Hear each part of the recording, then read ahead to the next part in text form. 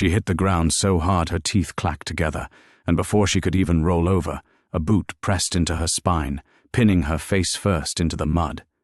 "Stay down, little sister," Vanessa hissed from above, grinding her heel between Lyra's shoulder blades, while two enforcers held Lyra's wrists flat against the wet earth. What happened in the next 72 hours would become Thornfall legend, a story whispered about for decades in every pack territory from the eastern ridgeline to the coast. Because the girl in the mud? She wasn't going to stay there, but I'm getting ahead of myself. Lyra coughed dirt from her mouth and twisted her neck just enough to see Vanessa standing over her with that look.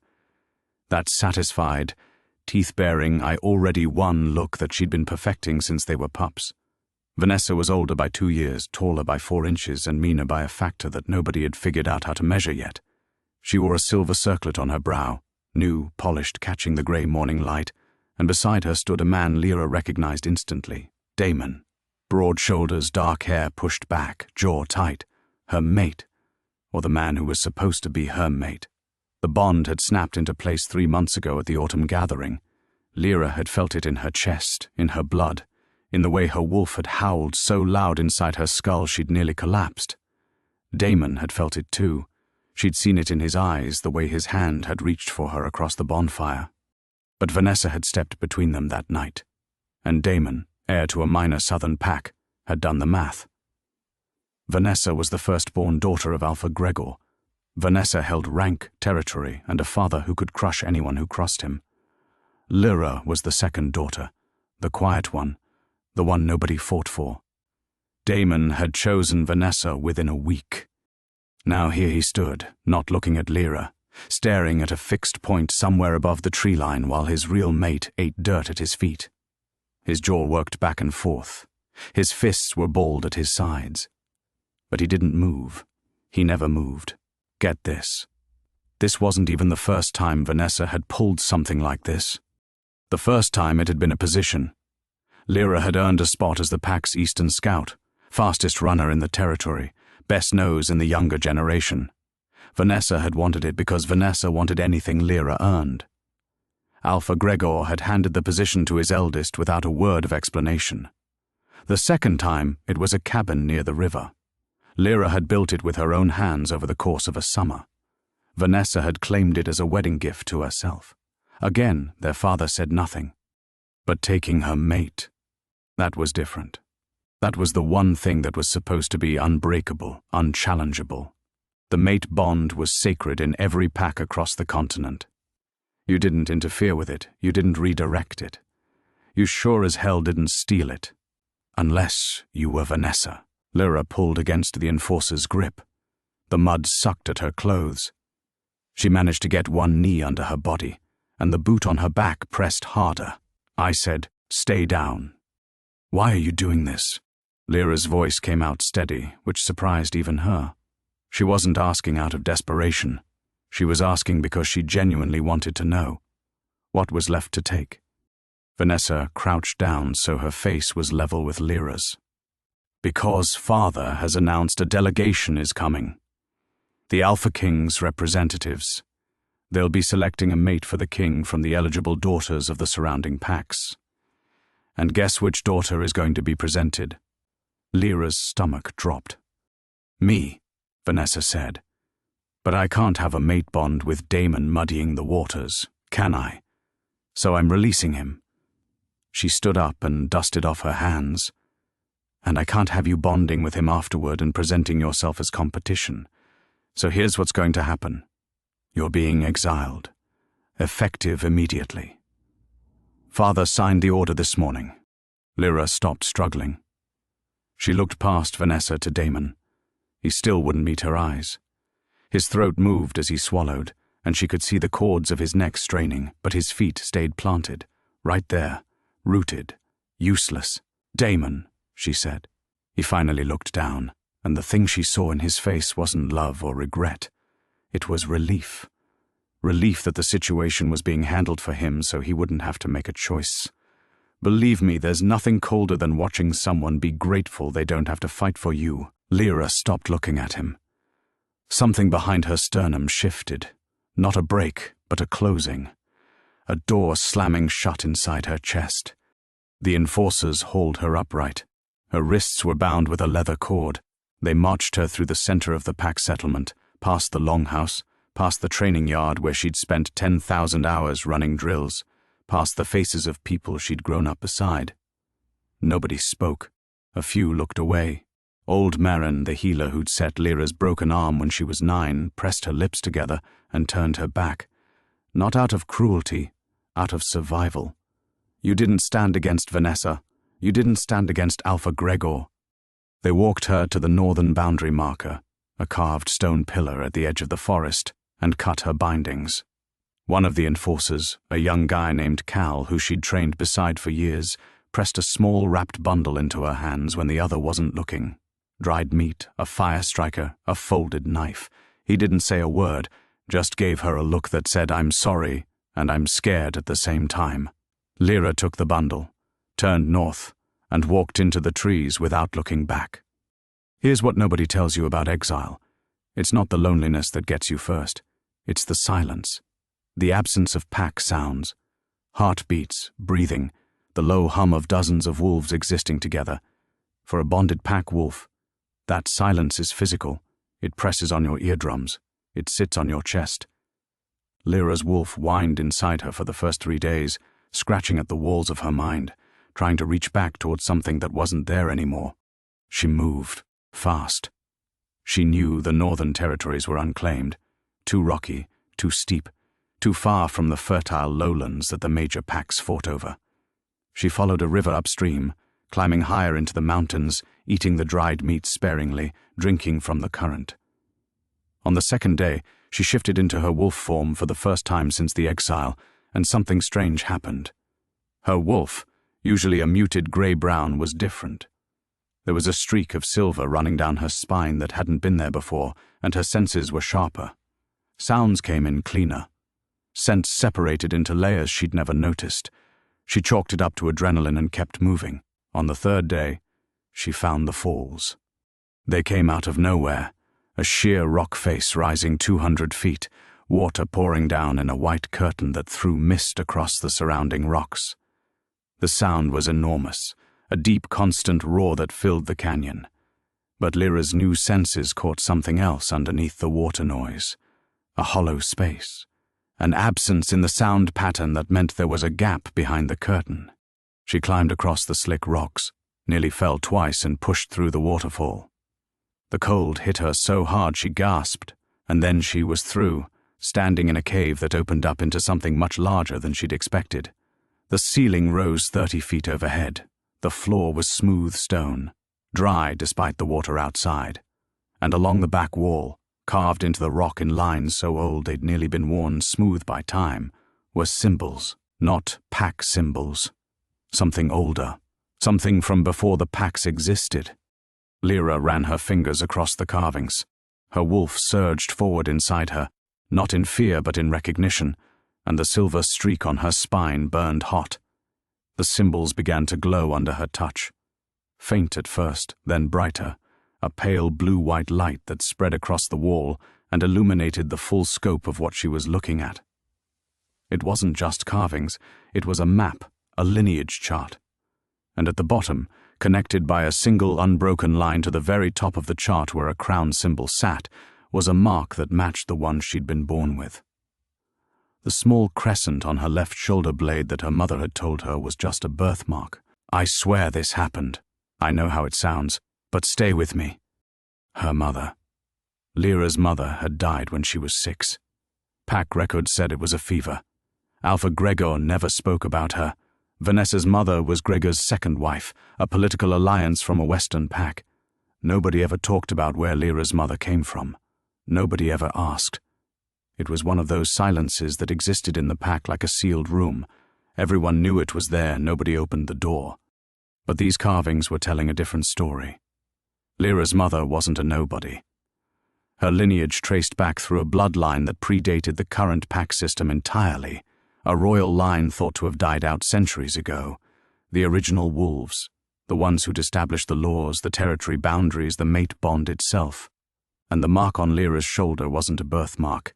It was a seal, a claim, a blood right that made her not just eligible for the Alpha King's attention, but something far more dangerous. She was the rightful heir to a power that Gregor and Vanessa could never touch. Lyra spent the next 48 hours in that cave. She studied every symbol. She trained in the open space behind the falls, pushing her wolf harder than she ever had, and with each shift she felt the silver spreading, down her legs, across her shoulders, threading through her fur until she was nearly luminous. Her speed doubled, her senses tripled.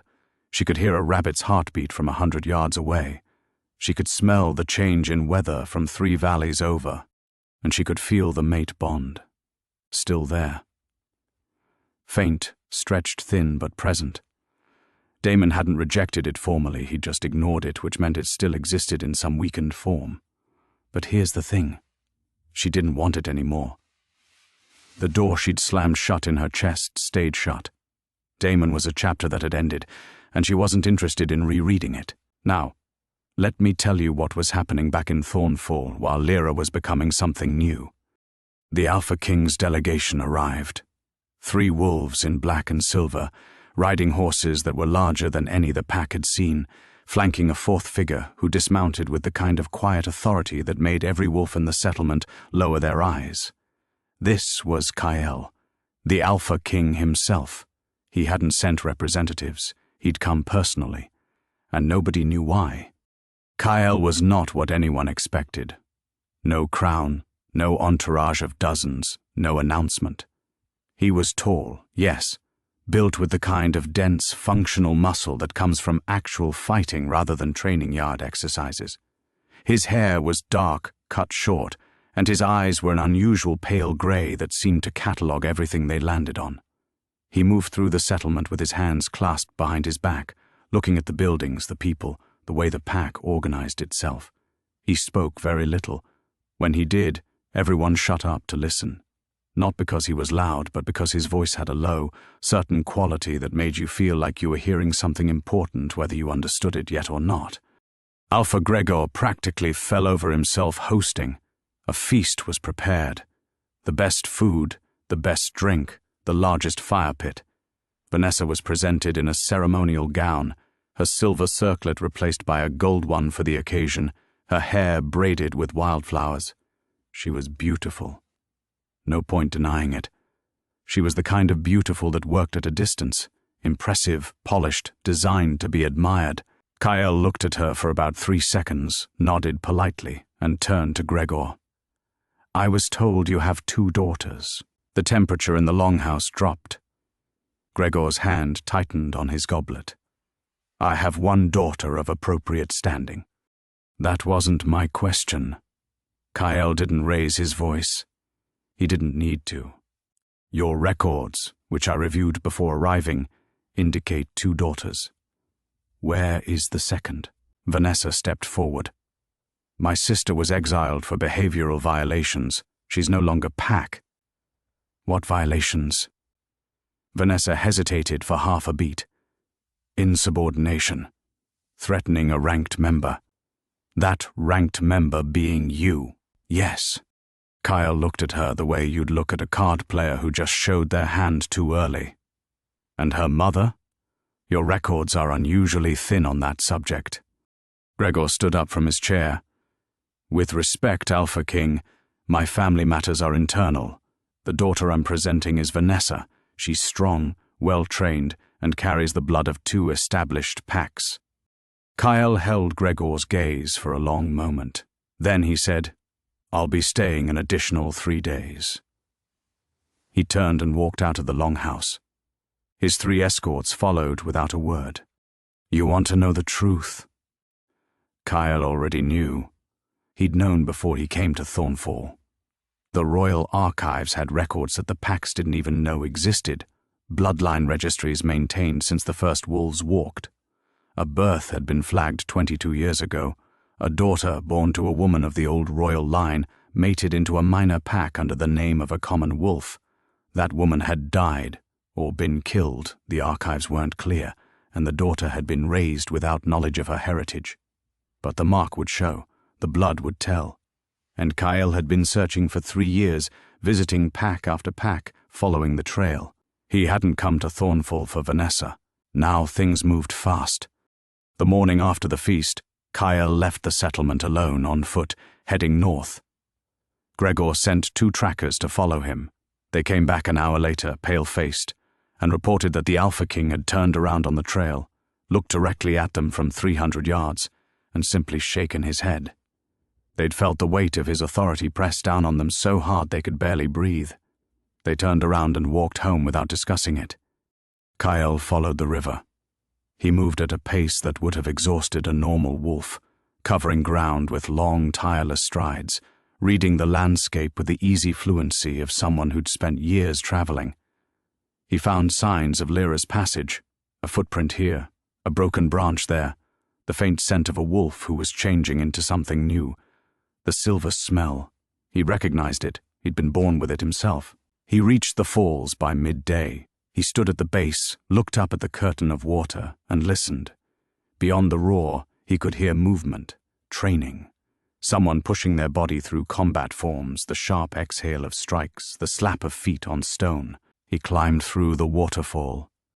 Lyra sensed him before she saw him. She'd been mid-drill, moving through a sequence of defensive positions her body seemed to know without being taught, when her wolf froze, not in fear, in something she'd never felt before, a recognition so deep it vibrated in her bones. She turned, and there he was, standing at the cave entrance with water streaming off his shoulders, his pale eyes locked on her. Her wolf said one word in her mind. Mate. No. Absolutely not. She'd done this before. She'd felt the bond, trusted it, and watched it get stolen from her. She set her feet, raised her hands, and said, I don't know who you are, but you need to leave. Here's where it gets good. Kyle didn't leave. He didn't advance either. He stood there dripping and looked past her at the wall of carvings. His expression changed, not dramatically, just a slight widening of his eyes, a release of tension in his shoulders that meant he'd found what he was looking for. You've activated the lineage wall, he said. I don't know what that means. It means your blood woke it up. Only the old royal line can do that. He took one step forward, then stopped. My name is Kyle. I'm the Alpha King. Lyra's hands didn't drop. Congratulations, you're still in my cave. The corner of his mouth twitched. Not quite a smile. Your father told me you were exiled for insubordination. I'm starting to see why he'd say that. Gregor isn't my father. Not in any way that counts. Kyle nodded once. No, he isn't. Your mother was Sarah of the first line. She was hidden in Gregor's pack for protection after the purges 30 years ago. She was supposed to be safe there. He paused. She wasn't. Lyra felt her hands trembling but kept them up. What happened to her? I don't know yet, but I intend to find out. He looked at her directly. You felt the bond just now. When I came through the water, she said nothing. So did I, he said. And I need you to know, I didn't come here for that. I came because the bloodline records indicated a surviving heir of the first line. The bond is separate, and I will not act on it without your full, clear, uncoerced agreement. Not today. Not ever. He took a step back toward the waterfall. I'm not Damon. That name hit her between the ribs. She lowered her hands. How do you know about Damon? Because I've spent 3 days in your former pack. People talk when they think the king isn't listening. He shook the water from his hair. Your sister took your mate. Your father enabled it. Your pack watched it happen. None of that will stand once I bring what I found here back to the council. But I need your help. The carvings on that wall contain more than lineage. They contain the original pack laws, the ones that were supposedly lost, the ones that would override every current Alpha's authority, including mine. No one can read them but you. Mark my words. That was the moment everything changed. Not the discovery of the carvings, not the revelation about her mother. The moment the most powerful wolf on the continent stood in a cave behind a waterfall and voluntarily limited his own power in front of a woman who had none. That's what real strength looks like. Lyra spent the next 6 hours translating the wall, while Kyle sat cross-legged on the stone floor, and recorded every word. The old language came to her naturally, flowing off the symbols and into her mind as if she'd always known it, but had been waiting for permission to remember. The laws were comprehensive and devastating to the current power structure. Mate bonds could not be interfered with by any alpha, under any circumstances. Exile required a tribunal of 3 unrelated packs, not a single alpha's decree, and bloodline heirs of the first line held veto authority over any territorial decision made by any pack. In other words, Gregor had violated about 15 foundational laws, and Vanessa's entire claim to power was built on a structure that was never supposed to exist. They left the cave at nightfall. Lyra shifted into her wolf form for the journey back, and Kyle saw the full silver coat for the first time. He stopped walking. He looked at her for a long moment. Then he shifted too, and his wolf was the same, silver from nose to tail, massive, luminous in the moonlight. 2 wolves from the same ancient bloodline, running side by side through the mountains toward a reckoning that had been building for 22 years. They reached Thornfall at dawn. The settlement was already in chaos. Vanessa had spent the night preparing. She'd figured out where Kyle went, guessed what he might find, and made her move. She'd called in allies from her mother's western pack, 30 wolves who arrived in the night and now stood in a loose perimeter around the settlement. Gregor was in full armor, flanked by his enforcers standing at the gates. Kyle shifted back to human form at the tree line. Lyra shifted beside him. The silver faded from her skin slowly, leaving a faint shimmer that caught the early light. Kyle's 3 escorts materialized from the forest behind them, silent, armed, and very calm. "Alpha Gregor," Kyle called out. His voice carried across the open ground without effort. "Stand your wolves down. This doesn't have to be what you're making it." Gregor drew his blade. "You went north. You found her. Whatever she told you is a lie. She's unstable. She's been unstable since her mother died." Lyra stepped forward. Gregor's eyes went to her, and something shifted in his face. Not fear exactly, but the first crack in a wall he'd built a long time ago. She looked different. She stood different. The girl who'd eaten mud 3 days ago was gone. "How did my mother die?" Lyra asked. "Fever. You know this. I know what you told me. I'm asking what actually happened." Gregor's grip tightened on his blade.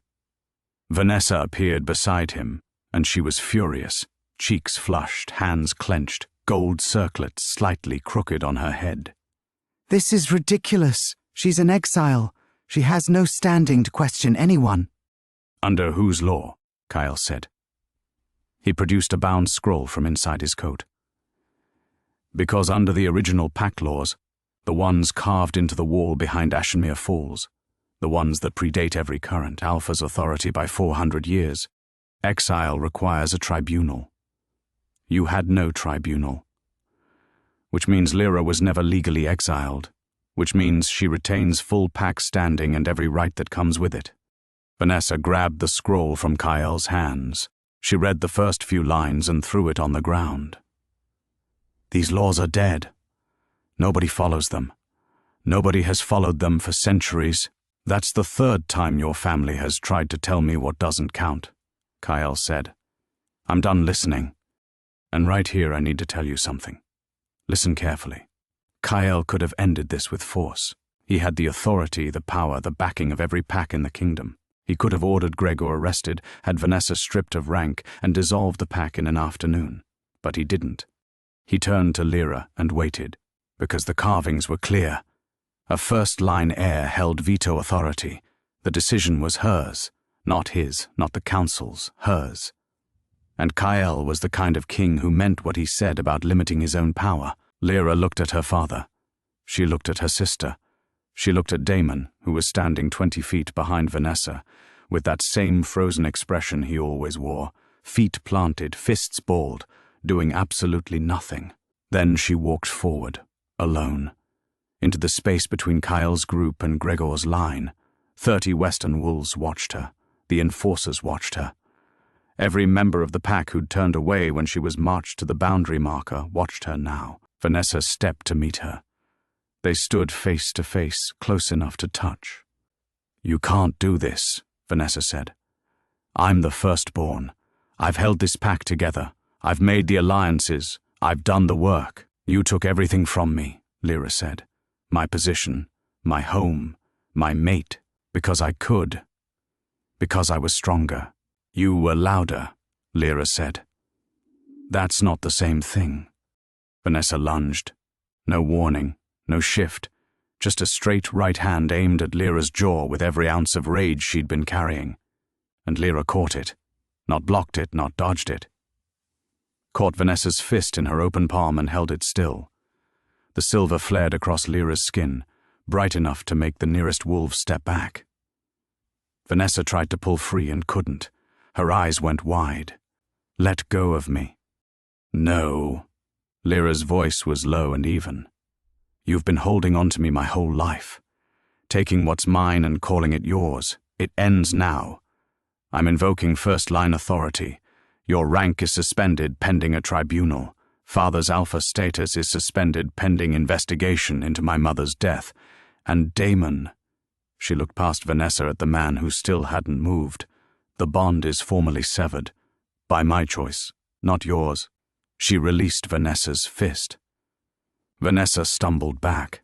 Damon made a sound, a small strangled noise, as the bond snapped clean. He bent forward, hands on his knees. Lyra didn't look at him. Gregor raised his blade. I won't be judged by a child who doesn't understand what I've built. You built it on her mother's grave. That was Kyle. He hadn't moved from the tree line, but his voice cut across the distance with surgical precision.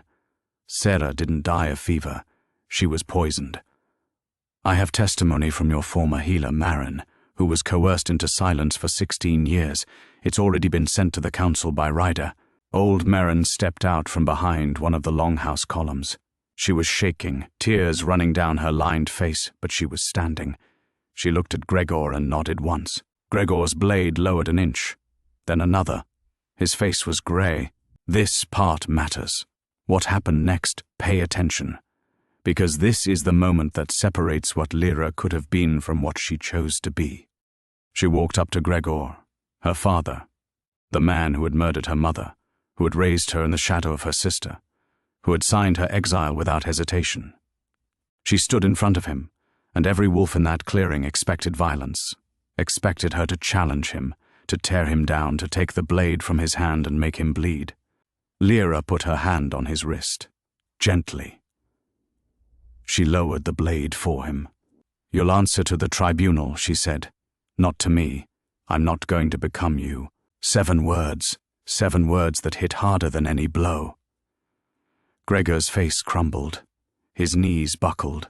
2 enforcers caught him before he hit the ground, and they held him not as guards holding a leader, but as men holding a man who had just lost everything he'd pretended to be. The Western Wolves withdrew before noon. Without Gregor's authority backing Vanessa, the alliance meant nothing. They packed their gear and headed west without a fight. Vanessa was escorted to a holding cabin by Kyle's wolves, silent for the first time Lyra could remember. Not defeated exactly. Emptied. There's a difference. Defeat means you lost a fight.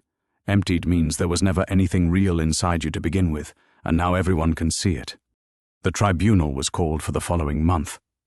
3 neutral packs, just as the old laws required. Lyra presented the evidence. Marin testified. Pack records were reviewed. The verdict was unanimous. Gregor was stripped of alpha status and sentenced to exile. Real exile, the kind with a tribunal stamp and a boundary marking. He walked north alone, carrying nothing, following the same path his daughter had walked days earlier. There's a symmetry in that which I don't need to explain. You feel it. Now, here's the part everyone asks about. Lyra and Kyle. The bond was there. They both knew it. But Lyra didn't accept it immediately. She'd been burned before, and she wasn't about to hand herself over to another powerful man just because fate said so. Kyle respected that. He stayed in Thornfall for the full 3 days after the tribunal, not pushing, not hovering, just present, available. He helped rebuild a fence that had fallen. He ate with the common pack members. He listened to their grievances with the focused attention of someone who actually intended to act on what he heard.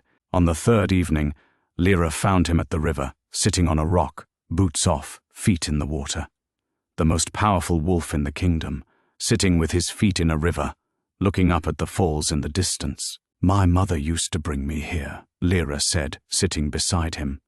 "I didn't remember until just now." Kyle nodded. "Sarah was remarkable. The records don't do her justice. But I think you already knew that. I knew she was warm. I knew she sang when she cooked. I knew she smelled like pine and honey." Lyra paused. "That's all I have." Kyle was quiet for a moment. Then he said something she didn't expect. "I lost my mother too, when I was 8.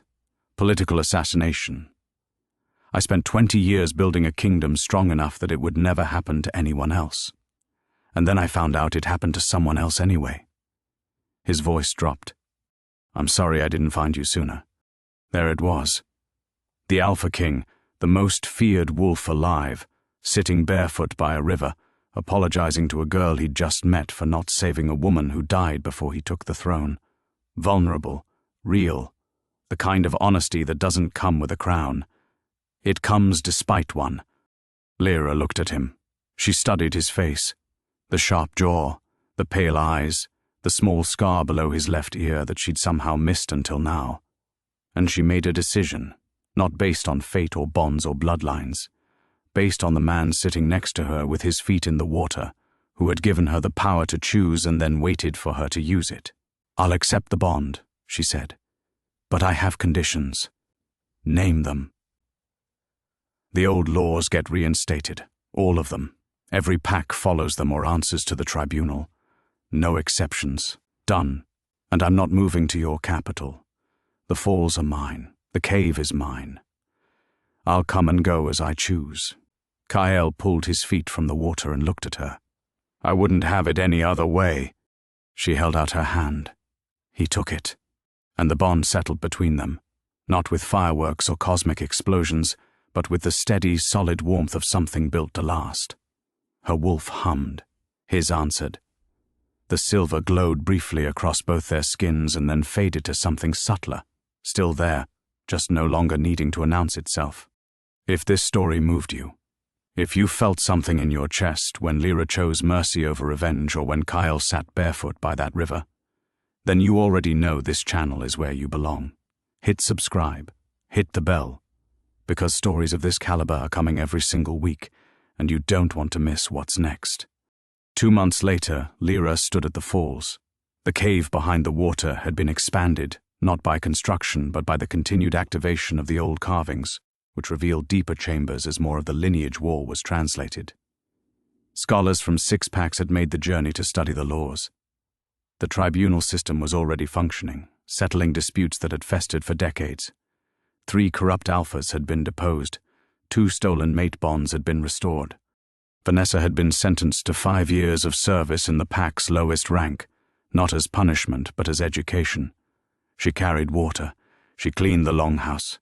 She did the work she'd spent her whole life assigning to others, and slowly, with the kind of glacial, grudging progress that real change requires, she began to understand something she'd never grasped before. Strength isn't what you take. It's what you build when you have nothing. Damon left Thornfall entirely. He joined a southern coastal pack and never contacted Lyra again. She didn't notice. Cal, the young enforcer who'd slipped her the survival bundle during her exile, was promoted to head of the New Eastern Patrol. He ran it the way Lyra would have. Fast, smart, honest. Maren, the healer who'd carried the secret of Sarah's murder for 16 years, finally slept through the night. She told Lyra this one morning over tea, and then she cried, and Lyra held her, and neither of them said a word because some things don't need language. And Kyle. Kyle came to the falls every week. Sometimes he brought council business. Sometimes he brought food and they ate on the rocks by the river.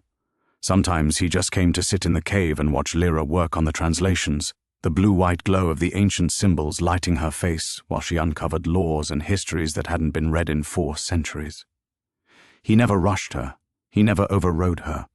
He deferred to her judgment on matters of the old law, publicly and without hesitation, And when other alphas bristled at being corrected by a young woman who'd been in exile 6 months ago, he didn't argue with them. He just stood beside her and waited for them to catch up. The legend spread. You couldn't stop it. The story of the girl who was pinned in the mud, exiled by her own blood, who walked north into nothing and found everything. The lost laws, the ancient cave, the Alpha King. The girl who caught her sister's fist and chose mercy. The girl who severed her own mate bond and forged a new one on her own terms. They called her the wolf behind the falls.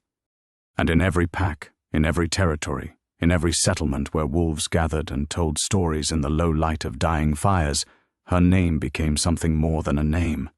It became a promise that no matter how much they take from you, your position, your home, your mate, your mother, they cannot take what's carved in your bones. They cannot wash away what's written in your blood. Lyra stood at the edge of the falls one evening, water roaring behind her, the valley spread below in shades of green and gold. Kyle stood beside her. The silver marks on both their skins caught the last of the sunset. "Do you ever think about going back?" he asked. "To how it was before?" Lyra watched the water fall. She felt the spray on her face, the stones solid beneath her feet, the bond humming warm and steady in her chest. "There is no before," she said. "There's only what I built after." And that was the truth of it, the whole truth, the legend, not what was taken, but what was built in the space where the taking stopped, behind the falls in the silence after the roar, where the oldest laws waited for the one person strong enough to be gentle. That was the legend of the wolf behind the falls. And believe me, it's still being told.